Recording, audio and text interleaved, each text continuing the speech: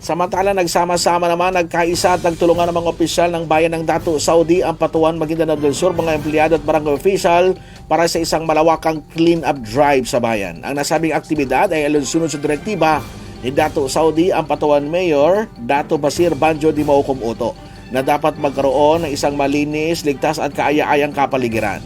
Sa pamamagitan ng clean-up drive, nilinis ang buong kapaligiran, tinanggal ang mga basura at kalat sa mga pampublikong lugar tulad ng kalsada, mga park at iba pa.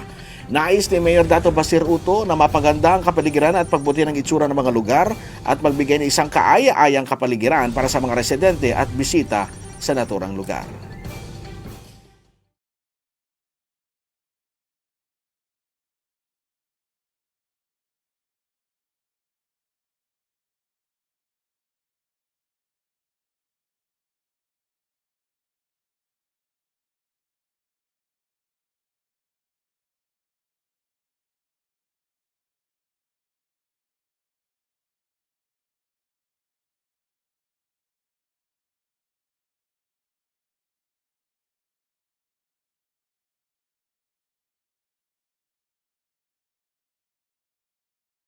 Inaantay na lamang ng Commission on Elections ang pinal na resolusyon mula sa COMELEC and Bank para sa makapagsimula na ng voters registration ngayong February 9 hanggang May 18, 2026.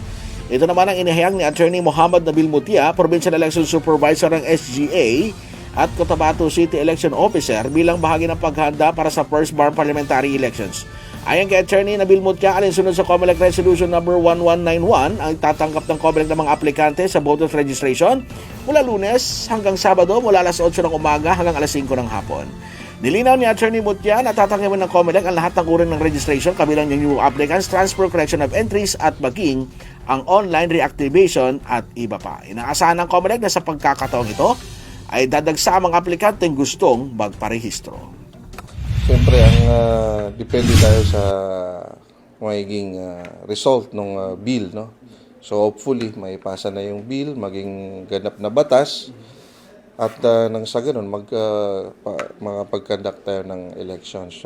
Pero based on the information that we are receiving, hindi naman ito official, no? But most likely, magkakaroon tayo ng election this 2026, either September or October, kasi nga dun sa nabanggit mong bill that was passed by Congressman Zia Alonto Agyong and kasama ata yung sa 2nd District, no, si Congressman Belingdong na rin.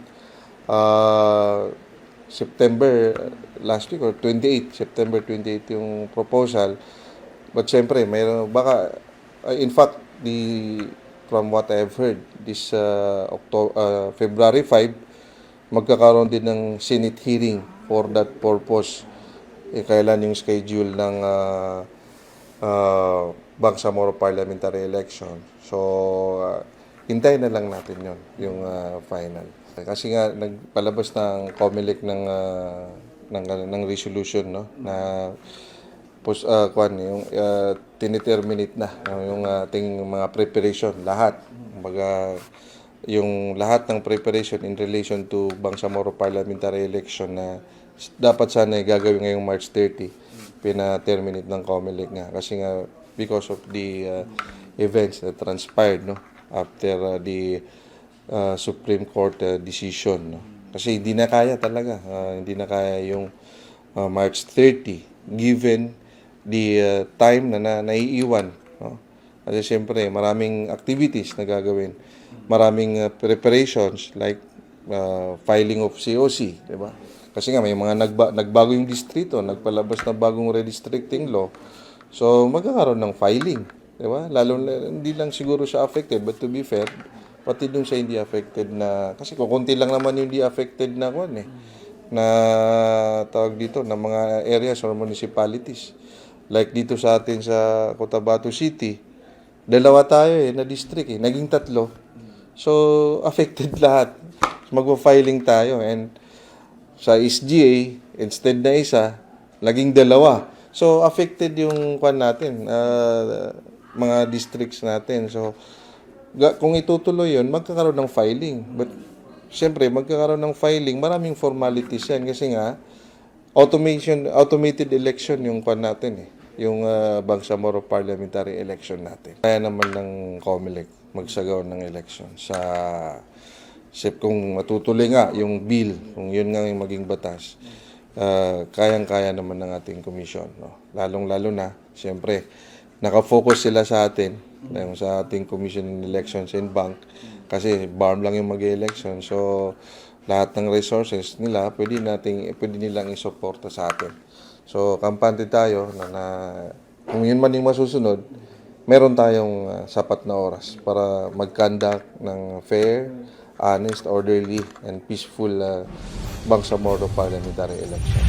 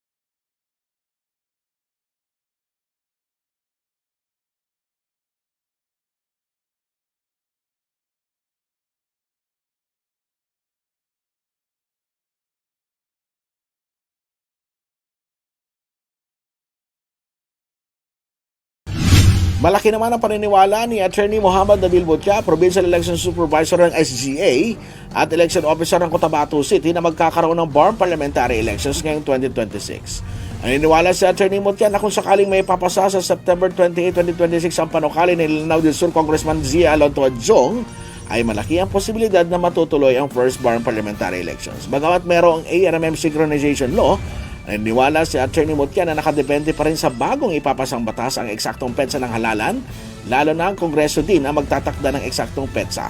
Binigyang halimbawa ni Attorney Mutya ang naunang pagpapaliban ng Kongreso sa first BARM parliamentary election sa October na dapat sana umanong na isakatuparan nito kung hindi lamang na ideklarang labag sa saligang batas ng Korte Suprema ang BAA 77 at 58. Tinitiyak naman ni Attorney Mutya na wala nang magaganap na halalan sa March 30, 2026 kasunod na rin ang inilabas na resolusyon ng COMELEC na terminated na ang lahat ng mga paghahanda para sa March 30 BARM elections. Magkakandak tayo ng voter registration. We will resume the reception of the application for voter registration ngayong February 9 tentatively. Actually, there is a recommendation already to resume for the BARM, no? Kasi nga, kung naalala nyo, ang ating mga kalapit na region, no? The other regions, they have already resumed their voter registration. Sometime, nauna sila compared sa atin. But because at that time, paparating yung BARM election natin sana, no? Ngayong March 30, hindi tayo nasama. Originally, ang schedule ng registration natin is May 1 to May 18. So dahil nga hindi matutuloy, dinifer ng COMELEC yung ating Bangsamoro parliamentary elections. Hindi na siya magaganap ngayong March 30. So magre-resume rin tayo ng ating registration. So yun nga ang sinasabi ko. Magsisimula tayo, hinihintay lang natin yung final na resolution from the Commission on Elections and Bank, we will resume the voter registration this February 9, meaning next week na po ito, hanggang May 18. So, as regards the voters registration, tulad pa rin ng dati, tatanggap ang ating, we will receive the applications from the applicants, no, for voter registration from Monday to Friday. Simula ng alas 8 ng umaga hanggang 5 in the afternoon. So, in fact, under the COMELEC resolution number 11191, pati Sabado and holiday tatanggap tayo. So, hindi lang sa Monday to Friday, including na rin yung Saturday and holidays. Siyempre, except dun sa April 2, 3, and 4 because that is Holy Week for our Christian brothers. So, yun lang, dun lang wala tayong registration. So, dahil nga magkakaroon tayo ng registration, of course, magkakandak rin tayo ng mga satellite registration. So, one of these days, we will conduct a meeting with the barangay officials, no, to inform them that mayroon tayong gagawing satellite registration sa kanilang mga barangay. So, pupuntahan natin bawat barangay. Dito sa Cotabato City, lahat ng barangays dito, pupuntahan natin, magkakandak tayo ng satellite registration to maximize, no, yung voters participation talaga. Sa SGA rin, I have mandated or directed the election officers sa bawat munisipyo ng special geographic areas na mag-schedule na rin ng kanilang mga satellite registration for the barangays. Not only that, magkakandak din tayo ng satellite registration sa mga malls, no? Pati sa mga paaralan, private and public schools and universities dito sa Cotabato City, no? So, yan isa sa mga activities natin na gagawin natin ngayong paparating na registration. Lahat na, we will accept all kinds of registration. New applicants, yung transfer within or without, yung correction of entries, lahat natin yan tatanggapin, no? In fact, pati yung mga online applications for reactivation with correction of entries or without correction of entries or pati yung may transfer na rin within, no? So, tatanggapin natin yan. Napansin natin, ito lang sa Cotabato City, pati na rin report sa atin ng mga election officers natin sa SGA. Marami na yung nagtatanong, no? Marami nagtatanong na kailan sila pwede mag-file ng kanilang application for voters registration.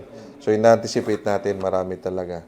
Kasi nga, nung last na registration natin, yung nung August, short yung time, no?